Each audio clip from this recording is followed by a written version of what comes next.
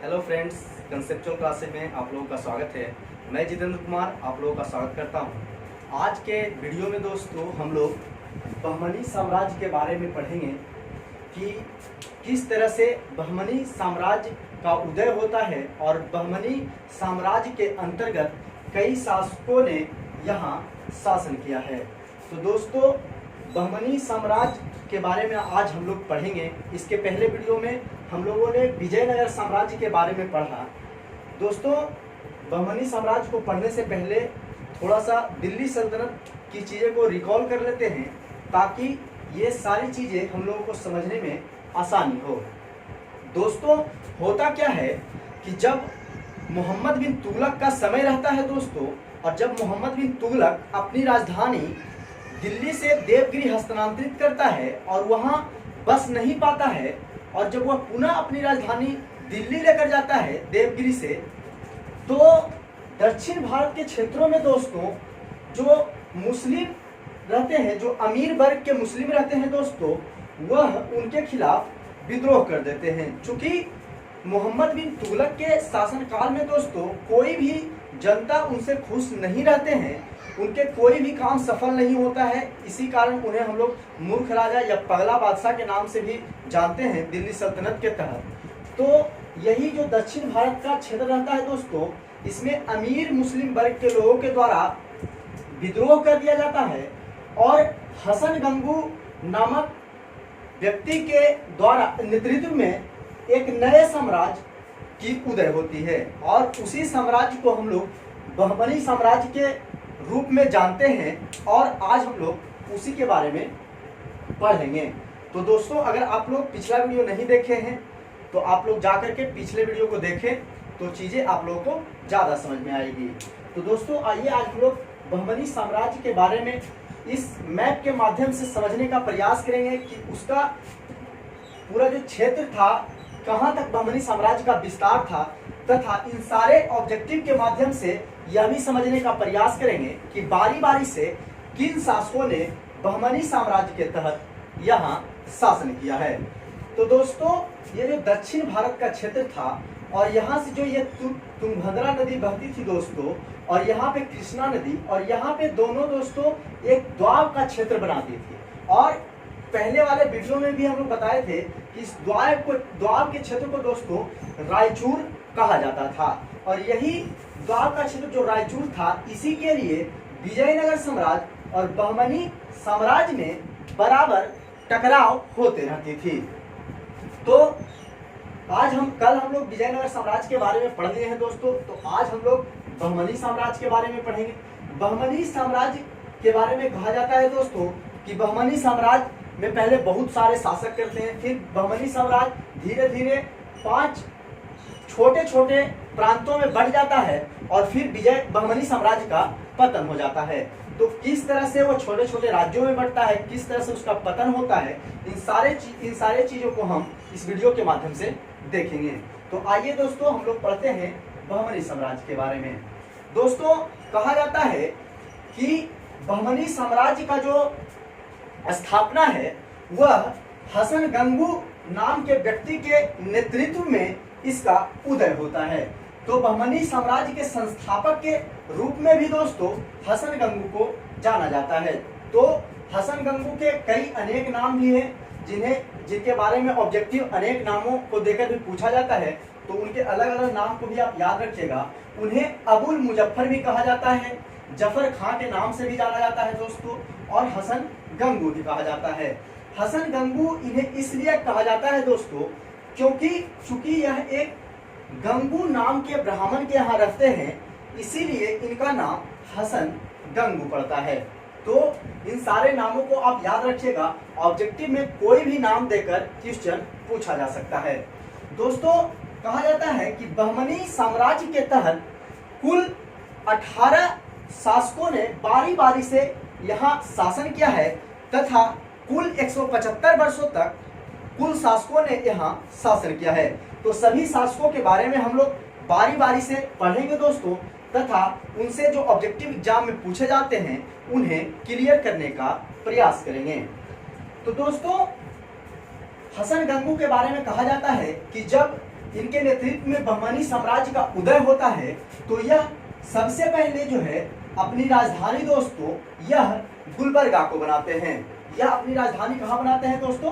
गुलबर्गा को बनाते हैं, और बाद में यह अपनी राजधानी बदलकर बीदर कर लेते हैं। तो दोस्तों बोला जाता है इनके बारे में कि जब यह गद्दी पे बैठते हैं तो अलाउद्दीन बहमन शाह के नाम से गद्दी पे बैठते हैं। हसन गंगू जब बहमनी साम्राज्य के गद्दी पे बैठते हैं तो वह कौन से नाम से बैठते हैं दोस्तों? अलाउद्दीन बहमन शाह। तो ये भी आप याद रखिएगा। दोस्तों बोला जाता है कि इनका जो शासन काल का पीरियड रहा है दोस्तों वह 1347 ईस्वी से 1358 ईस्वी तक इन्होंने यहाँ शासन किया है। बोला जाता है कि जो बहमनी साम्राज्य था दोस्तों उसका जो राजभाषा था वह मराठी था, यानी कि बहमनी साम्राज्य में मराठी भाषा का प्रयोग किया जाता था। दोस्तों बोला जाता है कि हसन गंगू के द्वारा जो पूरा बहमनी साम्राज्य रहता है उन्हें उन पर राज करने के लिए उन्हें वो 4 सूबों में बांट देते हैं। सूबों को दोस्तों हम लोग प्रांत भी कह सकते हैं या फिर राज भी कह सकते हैं। तो 4 सूबों में दोस्तों बांटकर यहाँ हसन गंगू शासन करते हैं। तो वह 4 कौन सा प्रांत था उसके बारे में हम लोग जानते हैं। 4 प्रांत दोस्तों था गुलबर्गा, दौलताबाद, बरार तथा बीदर। इन चारों प्रांतों में वो दोस्तों बांटकर हसन गंगू यहाँ शासन करते हैं। हसन गंगू के बारे में कहा जाता है दोस्तों कि यह एक धर्मनिरपेक्ष शासक के रूप में यहाँ शासन करते हैं। बोला जाता है कि यह हिंदुओं से जो जजिया कर लिया जाता है उन्हें माफ कर देते हैं तथा हिंदुओं को रहने के लिए यहाँ जागीर भी देते हैं, यानी कि जमीन भी देते हैं दोस्तों। इन्हीं लिए इन्हें धर्मनिरपेक्ष शासक के रूप में जाना जाता है। कुछ दिनों तक दोस्तों हसन गंगू यहाँ शासन करते हैं और बाद में जब उनकी मृत्यु होती है कहा जाता है कि 11 फरवरी 1358 ईस्वी में हसन गंगू की मृत्यु हो जाती है। और इनके मृत्यु के बाद दोस्तों इनका जो पुत्र रहता है मोहम्मद शाह प्रथम, वह बहमनी साम्राज्य के अगले शासक के रूप में गद्दी पर बैठता है। और मोहम्मद शाह जो दोस्तों 1358 से 1375 ईस्वी तक बहमनी साम्राज्य पर शासन करता है। तो इनके बारे में भी हम लोग जान लेते हैं। कहा जाता है मोहम्मद शाह के बारे में दोस्तों कि इन्होंने विजयनगर से युद्ध के दौरान प्रथम बार बारूद का प्रयोग किया था। चूंकि दोस्तों हम लोग यहाँ देखते हैं कि ये जो मैप है दोस्तों, यहाँ जो ये कृष्णा नदी का क्षेत्र है इसके ऊपर जो था वो बहमनी साम्राज्य का क्षेत्र पड़ता था, और यहाँ कृष्णा नदी तक दोस्तों विजयनगर का साम्राज्य फैला हुआ था। और यही जो ये तुंगभद्रा नदी तथा कृष्णा नदी के बीच की जो भूमि थी जिसको रायचूर द्वार के नाम से जाना जाता था, इसी द्वार के लिए दोस्तों विजयनगर साम्राज्य और बहमनी साम्राज्य में बराबर टकराव होते रहती थी। और इसी टकराव में दोस्तों जो बहमनी साम्राज्य के शासक रहते हैं मोहम्मद शाह प्रथम, इन्होंने विजयनगर से जब युद्ध होता है तो सबसे पहले इन्होंने बारूद का प्रयोग किया था। कहा जाता है कि इनका युद्ध बुक्का प्रथम के साथ 1367 ईस्वी में हुआ था, और इसी युद्ध में वह पहली बार बारूद का प्रयोग किए थे। तो दोस्तों इनके बारे में हम लोग जाने कि इन्होंने सबसे पहले बारूद का प्रयोग किया था। दोस्तों आगे जाकर फिर जब इनकी मृत्यु होती है तो बहमनी साम्राज्य के अगले शासक के रूप में मोहम्मद शाह द्वितीय जो हैं गद्दी पे बैठते हैं, और यह 1378 से 1397 ईस्वी तक बहमनी साम्राज्य पे शासन करते हैं। बोला जाता है कि इतने लंबे पीरियड 1378 से 1397 ईस्वी तक का जो लंबा पीरियड था दोस्तों, इतने लंबे पीरियड में भी मोहम्मद शाह द्वितीय के द्वारा विजयनगर से कोई भी युद्ध नहीं लड़ा जाता है। बोला जाता है इनके बारे में कि इनका जो शासन था वह शांतिपूर्ण तरीके से पूरे शासनकाल को अपना निभाते हैं। तो इनके द्वारा दोस्तों कोई भी युद्ध नहीं लड़ा जाता है, तो इनसे ज्यादा ऑब्जेक्टिव भी नहीं बनता है। इसीलिए इनसे देख लिए कि इनका शासनकाल था 1378 से 1397। फिर इनकी मृत्यु के बाद दोस्तों बहमनी साम्राज्य के अगले शासक के रूप में ताज-उद-दीन फिरोज शाह शासक के रूप में गद्दी पे बैठते हैं। और ताज-उद-दीन फिरोज शाह के जो शासन काल का पीरियड रहा है दोस्तों, वह 1397 ईस्वी से 1422 ईस्वी तक रहा है। यानी कि 1397 से 1422 ईस्वी तक इन्होंने बहमनी साम्राज्य पर शासन किया है। तो इन्होंने क्या क्या महत्वपूर्ण कार्य किया है दोस्तों, इनके बारे में हम लोग जान लेते हैं। कहा जाता है कि ताज-उद-दीन फिरोज शाह ने भीमा नदी के तट पर फिरोजाबाद नामक शहर की स्थापना की थी। नाम याद रखिएगा दोस्तों, भीमा नदी के तट पे फिरोजाबाद की स्थापना करते हैं। फिरोजाबाद नगर की स्थापना ताज-उद-दीन फिरोज शाह के द्वारा भीमा नदी के तट पे कराया जाता है। कहा जाता है दोस्तों कि तथा इन्होंने विजयनगर पर 3 बार आक्रमण किया। ताज-उद-दीन फिरोज शाह जो रहते हैं दोस्तों, इन्होंने विजयनगर पे यही रायचूर द्वार के कारण या फिर अपने सीमा विस्तार के कारण विजयनगर पर 3 बार आक्रमण किया था। तो ताज-उद-दीन फिरोज शाह के द्वारा विजयनगर पर कितने बार आक्रमण किया जाता है दोस्तों? 3 बार आक्रमण किया जाता है। बोला जाता था दौलताबाद के पास एक वेधशाला का भी निर्माण इनके द्वारा कराया जाता है। चूंकि ताज-उद-दीन फिरोज शाह के बारे में बोला जाता है दोस्तों कि ये जो थे खगोल शास्त्र में रुचि रखते थे और इसी कारण इन्होंने दौलताबाद के पास एक वेधशाला का निर्माण करवाते हैं, खगोल विज्ञान में रुचि होने के कारण। तो बस दोस्तों, इनसे इतनी सारी ऑब्जेक्टिव पूछी जाती है कि उन्होंने भीमा नदी के तट पर फिरोजाबाद नामक शहर बसाया तथा विजयनगर से युद्ध के दौरान इन्होंने विजयनगर पर 3 बार आक्रमण किया तथा एक वेधशाला के निर्माण करवाया था जो कि दौलताबाद के पास था।